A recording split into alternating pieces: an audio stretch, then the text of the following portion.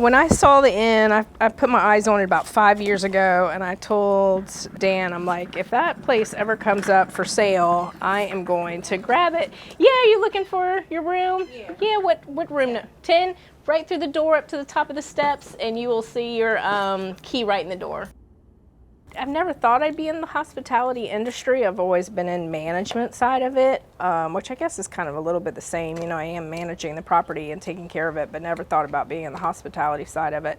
And now that I'm in it, I want to do so many more. 75% of our guests here at the inn are returning visitors. And obviously there's a reason they're coming back. You know, we want this to be a place for them outside of their home and want to return, you know, for many years to come. So I've enjoyed doing it, and I look forward to doing many more.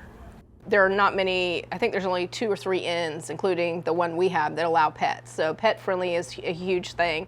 And then I think making the rooms, not overcrowding them with furniture, and also not putting in hard office-like furniture. Like, people want to travel and it be comfortable and relaxing and feel like they're at home, not staying in, I hate to say it, but almost like a dorm room.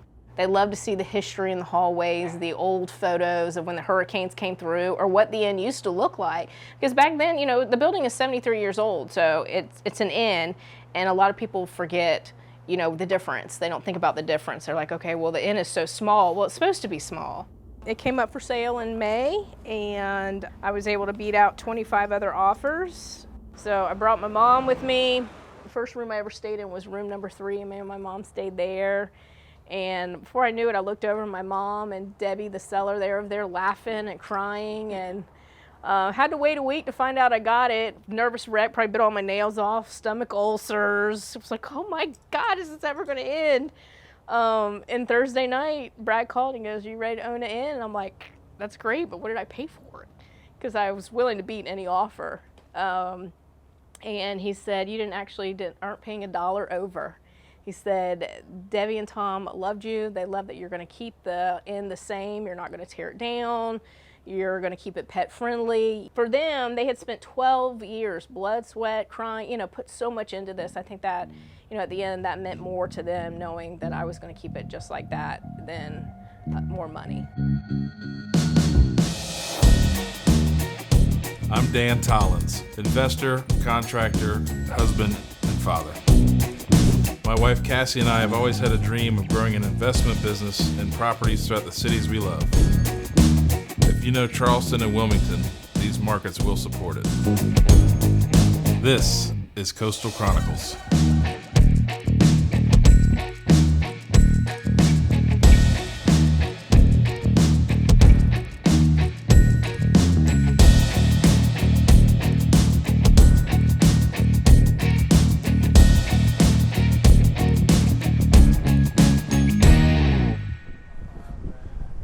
There he is.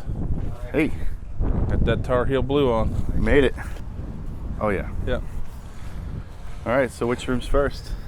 Yeah. Right? Well, you got a coffee in your hand, so we're going to try to turn that old office into a coffee shop, see what the town will let us do. If not, then we'll put a container here as a coffee shop on that pad. Right here? Yep. But yeah, I want to get started with this pool like right away. We just closed on what was formerly known as the Coles Motel. It was listed for $2.95. We got it for $2.35. We're going to put in probably about $500,000 into this project and hope to have it done and ready for next season, but we're going to make a big push here to get this done by the end of the year. But I want to expand this grassy area. I want to make like a deck here, have little cabanas, have like a shed style roof, because the sun sets this way. Okay. So you got the salty bins. Yeah. Start the demo today? Yeah. My name is Jim Tollens. I'm a husband, a new father. What I bring to the team is off-market dealings and properties, providing inside access to off-market properties to Dan's operations. Cool. Let's go in here and check out the office. Let's do it. All right. So, I mean, as you can see, it looks like it's already been rewired and started. It does look like it almost done. Yeah, however, there was no permits pulled. Ah, right. So that means we've got to pull all this out and start over. So Mr. Darrell, the building inspector, came by and said, hey man, Looks really good. Where's your permit? Owner says, what permit? Exactly, you're shut down. That's kind of where things stopped for them, and they had to make a move to get out. All right. So here we are. You make your money on the buy. You know, unfortunately, we've got a lot of things here that got to be addressed. But even though it all looks like it might be new, just it's not done right. There's a lot of things not done to code. A lot of things that are not functioning like they're supposed to. So, you know, we're bringing in all the right trades. Come in, start over from scratch. We're gonna have to do all new floor joists, all new subfloor. Rip all this plumbing, rip all this electric out, all this data wires, and start over. So like down here, you can see they have like a little efficiency unit. Oh, right here, okay. Yeah, and then they've got their, what was their storage room for all their clean laundry. So let me show you what that looks like. But then we'll go upstairs and I'll show you what our kind of concept is. All right, let me show you this room down here. This is what they considered to have been a remodeled room that they got done. All right, actually looks decent. Looks decent for sure. Except, what did they go over? Who knows? You can actually kind of feel it too. Yeah. So it looks great. Smells good. Smells good. You know, when it's all said and done, we'll get rid of the window unit. We'll put in new mini splits. Nice. Put in new furniture. The other thing that's not in here is it's got these great can lights, but there's no ceiling fan. So for this time of year, as it's starting to cool down a little bit, you know, your days are a little warm, why not just run the fan? But this is kind of, you know, the concept. Yeah. You know, so there's a lot on the island that they don't offer, you know, 2 queen beds or maybe a king bed, especially within walking distance to everything we have to offer here. I could really go for a margarita. Well, let's go check out this pool. Yeah. Definitely plenty of upside out here. Well, we talked to Diego over there. Right. And, you know, Carolina Beach Inn backs right up to it. Yep. He was like, yo, you can take that fence down, have your guests pass through, you know, pick up traffic for them. So we can do the inn Yeah. and suites. Yeah. You know, they'll be able to use the amenities here, off-street parking, use the pool. We're obviously going to immediately paint the pool deck. We're going to go with that white and Carolina blue, kind of that Serena lily that all the ladies love. And Love then, it. You got your work cut out for you, but I can see it. Yeah, definitely. I think eventually we'll just have to replace all this concrete. But no, but I mean, what's your thoughts on like maybe get some live music a couple days a week, that afternoon weekend pool vibe? I mean, I totally think there's a missing offering for between lunch and dinner after the beach, leaving at 2, 3 o'clock. You know, I don't know what they're doing, but Yeah, go back to the hotel. Let's hang out. Grab a cocktail. Yeah. Yeah, I definitely see it.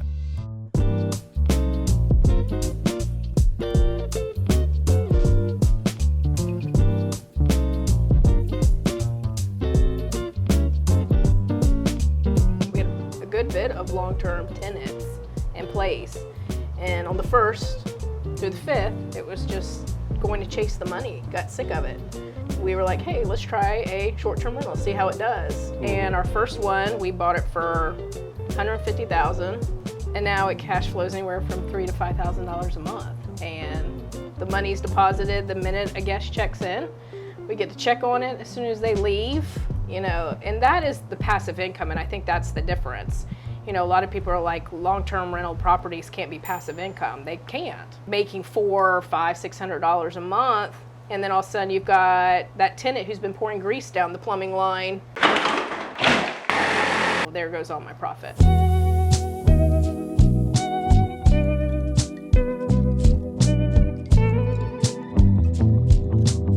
So we've just finished our 2 in Charleston, like our first 2, right? We built both of those with the anticipation of keeping both of them. We ended up selling one of them. Said, hey, we want to do this same exact house if it fits on that lot, but if it doesn't fit on that lot, we've kind of said, hey, Tony, I'm gonna let you run with it. You know, what did you and our boy come up with? Basically, because of the size of the lot, we basically had to condense the length versus the ones we did in Charleston, where we have a very long house with an exposed roof over the master.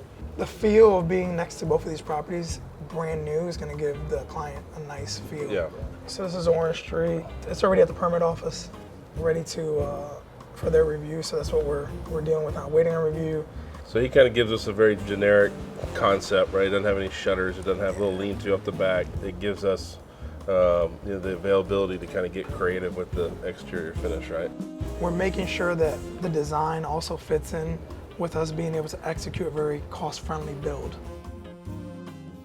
The whole concept is to build these to keep them and use them as short-term rentals. So you want to have great uses of space.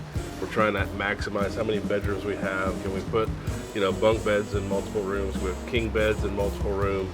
Yeah, because people are coming for, anywhere from a few days to a few weeks at a time. It'll be a brand new house, which would sell for, high 3s to low 4s here in this market, which is about 100,000 more than we could sell it for in Charleston, but that's because of the location of the land we're able to buy here. And we'll have accent walls, and that's kind of where Cassie comes in. Is that, she'll come in with the decor. The value in that is that we're staying in our lane, Yeah. and she comes in and does her magic.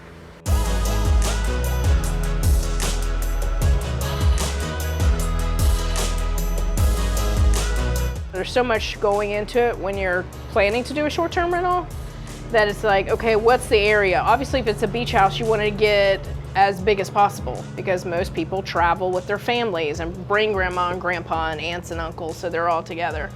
But then you've got somewhere like the Layover, which is next to the airport, just sleep 6. That's all you really need. Our most unique is going to be 223 South and 5th, downtown Wilmington.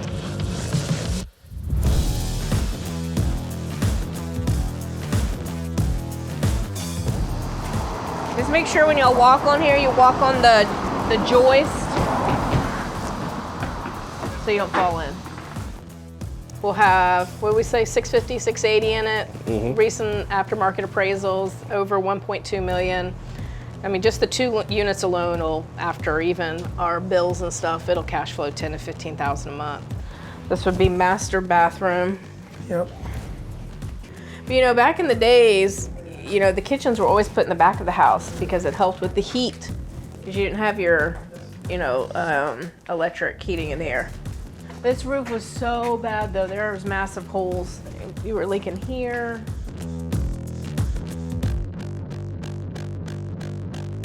I think we need to spend, like you said, have him and his guys come here and clean the whole place out.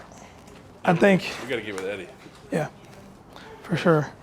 I think him being new to our process and our culture, he's not understanding like your expectation and my expectation of making sure we have a clean job site. This is, Because you never know when you're going to walk through with somebody. Yeah. Whether it's you got to sell something, or you're bringing in another investor, or the bank's coming by, or inspector's coming by. Who's coming by? and then and then more important than that, like just the safety Yeah. precautions of nails sticking out. The Yeah, next crew that's coming in behind him, Yeah. they don't want to. That doesn't need to be their responsibility to clean up their mess, just so they can be able to work. yeah, we'll definitely get with him. So see the steps so you can go to the 3rd floor. So I figure if we have double or twin, like old original iron beds up there, shoot, this would be perfect for like a bachelorette party. Yeah, this is cool. Isn't it? So this property will be a key property for our short-term rental portfolio for a few reasons. Number one, it's got 2 units upstairs and a 3rd unit downstairs that's already been permitted by the city. So potentially 3 units. So if you want to come visit with your in-laws, they can stay upstairs and kids can stay downstairs with the grandkids. Or if you've got a bachelorette party, bachelor party, you've got downtown, walking distance is right there. So you've got 2 different units, potential of 6 bedrooms. And then if we're able to get this attic done up here to sleep, I think we could easily sleep another 6 people up there. We saw it, and immediately we were like, this is something that would be in downtown Charleston and be worth several $1 million, and we were able to pick it up for like $330K. And then obviously for me, having somebody with such a fantastic decorating and furnishing skill set, it makes it a lot easier. It's so exciting to see it like this, and then Yeah. when we're done with it, like, yeah, remember? Yeah. They left, I found 4 boxes of old crystal glasses and dishes, and I made Dan bring them home. I washed them all, and I'm gonna put them back in there. And everybody's like, why would you put crystal and you're gonna have renters in there? I'm like, first of all, they were free. People remember that stuff, and they wanna go back.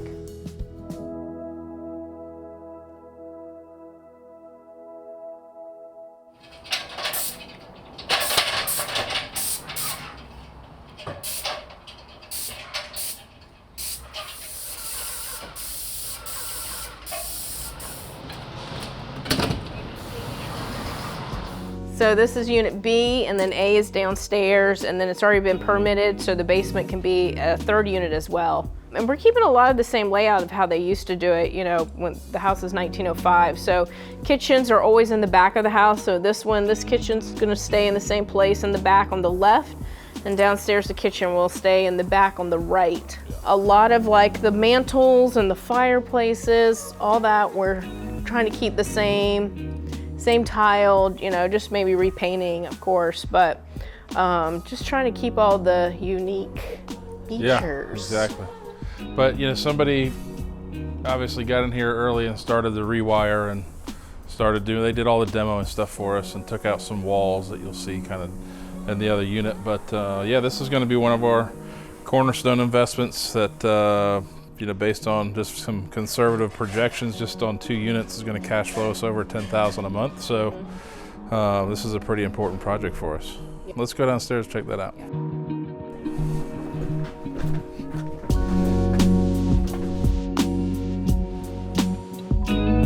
We went ahead and kind of opened up a couple things. Again, this will be an Airbnb, but also used for, you know, some educational space or event space. 3-2 down here, trying to restore all the fireplaces. We've got this old piano that was here. We're trying to turn that into some sort of bar or feature, and nice new updated bathrooms. And yeah, so living room, dining room space, kitchen again in the back. yeah. But like you said, keeping this open so if people do want to host business trips or bigger events, which we usually don't do, but we're really going to be pricing this one at a higher nightly rate. So we'll be able to offer that. Of course, put down higher deposits, but this will be more on the luxury short-term rental property side. Yeah. Dan's really good at seeing a job at like the finished product. I have a hard time with that. He's really good at coming in and deciding what walls need to come down to open it up. And I'll go look at it. I'm like, I'm not seeing it. And then when he does it, I'm like, brilliant, absolutely. So he's really good at that. Pushing each other to you know, get better, and not just saying, you know, I'm going to do this on my own, you know, whatever. It's all, you know, hey, you go do you, I'll go do me, and how can I help you get better? And same with her. And you know, it's nice to have somebody that, you know, if you have a frustration or something, that we can, you know, bounce those ideas off of. But also going to these, you know, educational events and masterminds and getting in the room with other people, you know, that are doing this. It might not be another couple, but there are other people that, you know, we get down there that, you know, she can relate to a little bit more and I can relate to a little bit more. And then, you know, we spend time at the end of the day or on those trips back and say, you know, what can we do to kind of change where things have gone? And I think for us, it started, you know, in March of this year, and, you know, now we're 5 or 6 months later and so much has changed from where we were then to where we are now.